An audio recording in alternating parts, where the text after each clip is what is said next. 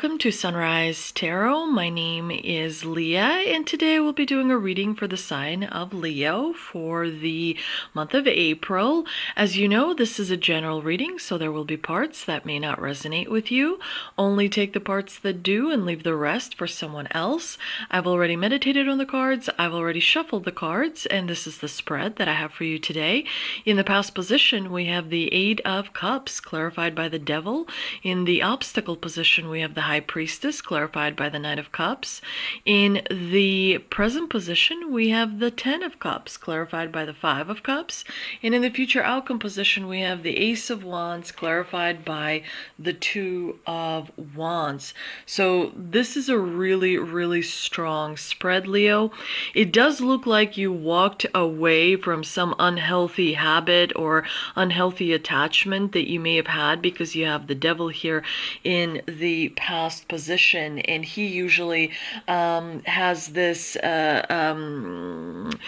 symbolism of being kind of obsessed with something, being drawn to something that is not a good pattern, maybe some kind of temptation as well. You were able to sort of address your emotions and also, balance them in order to be able to be strong enough to walk away from something negative. This is huge.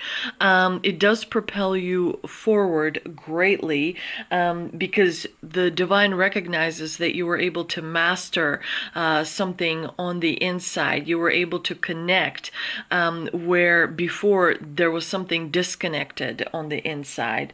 You were able to prioritize what is truly important for you and focus on that, and walk away towards better things in your life. Now, in the obstacle position, you have the High Priestess, which generally points to unresolved feelings regarding something. You may be feeling in the present time somewhat sensitive or overly sensitive, especially as it relates to a connection in your life, a relationship with someone in your life.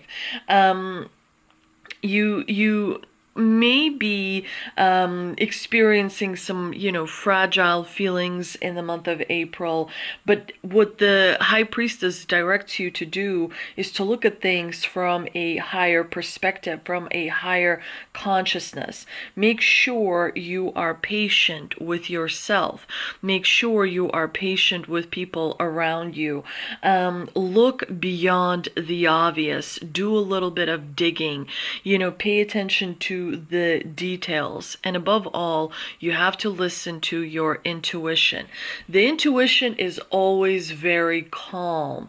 It doesn't come to you in panic. It doesn't come to you in a state of agitation. So intuition is something that is calm, that you're sort of okay with, that doesn't discombobulate your emotions on the inside.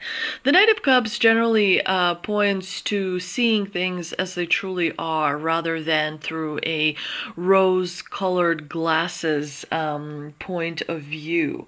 You may be leaving someone behind. You may be finding yourself detaching from someone, which definitely can make you feel sensitive. But as long as you're patient with yourself, as long as you process your emotions and address them and face them and work with them, then things are going really well. But remember, emotions is energy, so the energy has to flow. If you're constantly living in the bottom three chakras, the first chakra is the root chakra, the life creation chakra, and it is blocked by fear. The second chakra is your abdomen, and it's all about desire, and it's blocked by shame.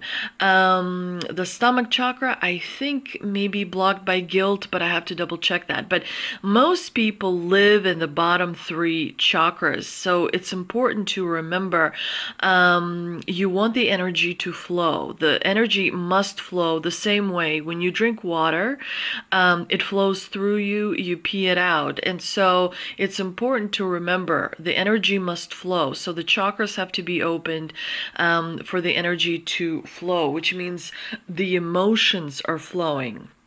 You don't get overly focused on fear. You don't over identify it. You face it, you release it, you put it into a little boat, wooden boat, and you push it away and you allow the river to carry it down the stream. Now, in the present position, you have the Ten of Cups, which is a great card. It's a wish granting card. It's definitely very positive, very optimistic.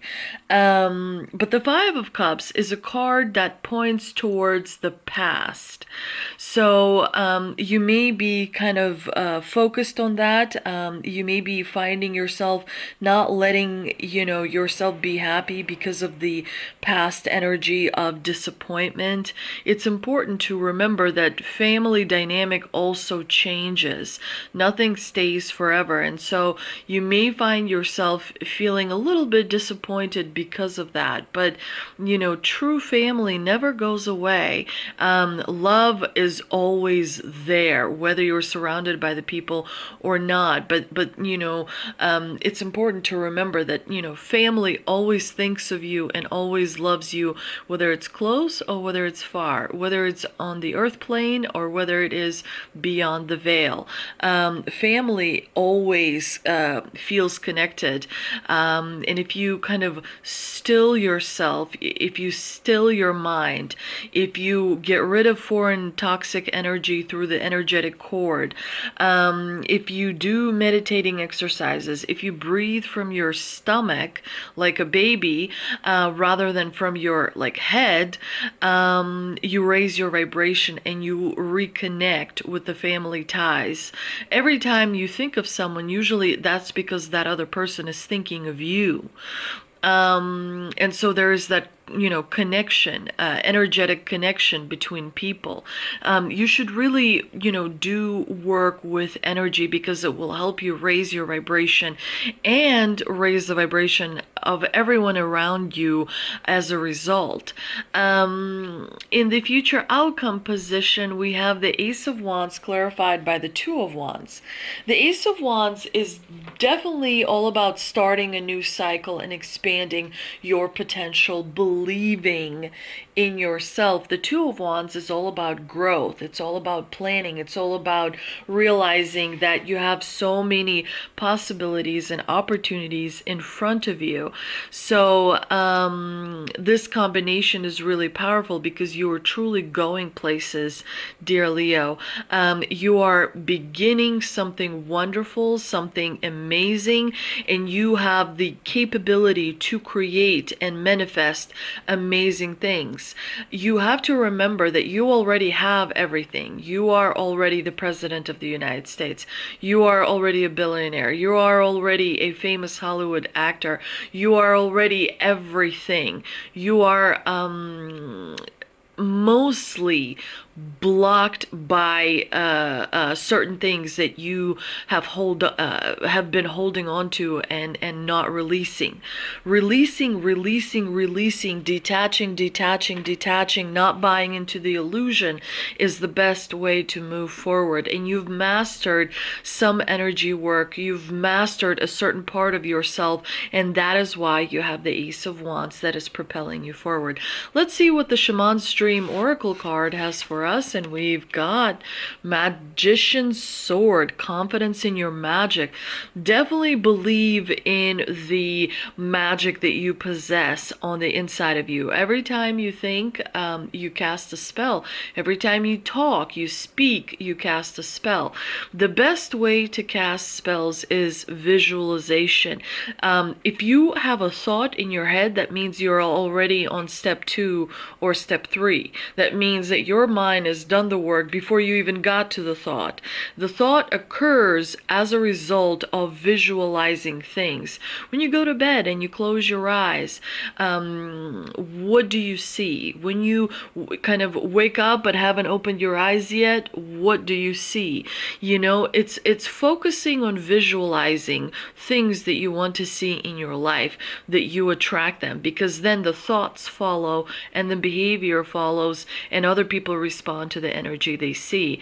We usually are born completely free, but then we're blocked by all the conditioning that is put on us by our parents, by our teachers, by our mentors, by everyone around us. So it's important to release the blockages and continuously do that as you evolve.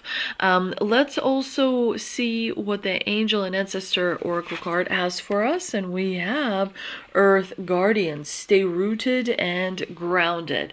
So the way you ground yourself is you close your eyes and you imagine an energetic cord.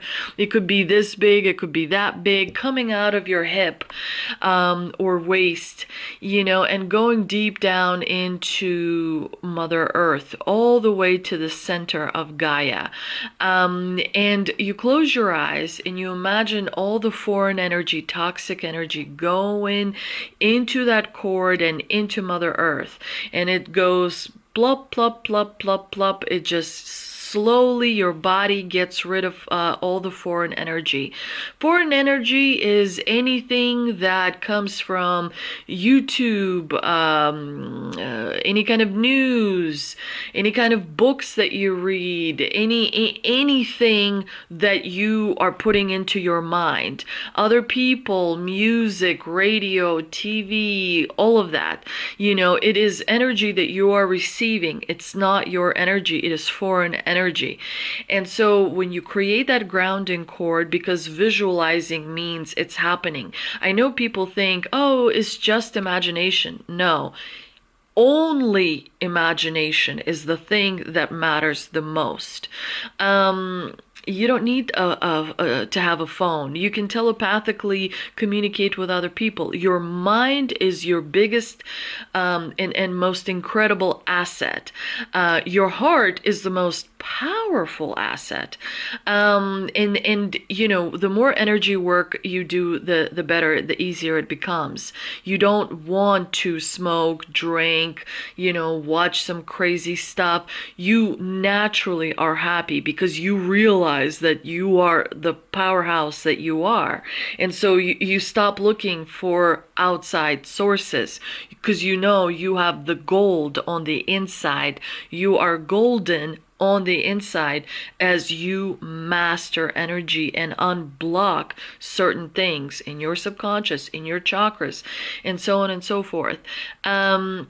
You create the energetic cord that goes deep down into Earth, where Earth transmutes that energy, basically recycles it and sends it back to whoever and whatever on the surface of Earth. Once you get rid of that energy, and you have to do it daily, you are emptied out of all the toxic foreign energy. So you have to create a sun above your head that can be as big as you want it to be.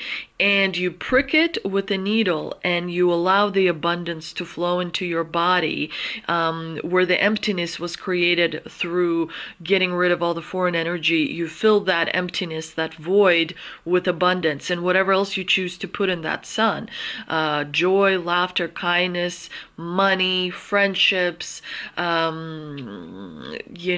traveling to exotic places, I don't know, anything that you really want and need in your life. You think of that and you put that in the sun. You also use, and once that sun empties out, right, you then go about your day and repeat the next day. I also use the sun to recall all my energy back to me. So I'll use the energetic cord to empty out the foreign energy, but then I will kind of of imagine the sun above my head about 2 feet, and I'll fill it with all the energy that I've scattered. I'll recall all the energy from my arguments, from my being upset with someone, from all the circumstances I've been in. I'll recall all my energy and I'll put it in the sun, and I'll refill myself again with it. That is what energetic, workings, is all about. So you want to do that on a daily basis. Energy work is the same as washing your hands, as exercising, as eating, as doing, any of that. It has to be done on a daily basis. The more you do it, the easier it becomes, the faster things manifest for you. The easiest things to manifest is physical things. Those are really easy to manifest, physical things. But the hardest things is to manifest is beyond the physical, right? It can be the spiritual, it can be emotional, it can be whatever else. Those take a little bit more preciseness and focus, concentration, and so on and so forth. But it's hard to do energy work because we also have so many other responsibilities and expectations from other people of us. So I totally get it. But the more you do it, the better you become. You don't become good overnight or over a month, just like you don't become athlete over a month, or some sort of a scientist over a month. That is usually takes a long periods of time. I hope you enjoyed this reading. If you did, please do like, share, and subscribe. Thank you so much for visiting my channel, and I will see you next time.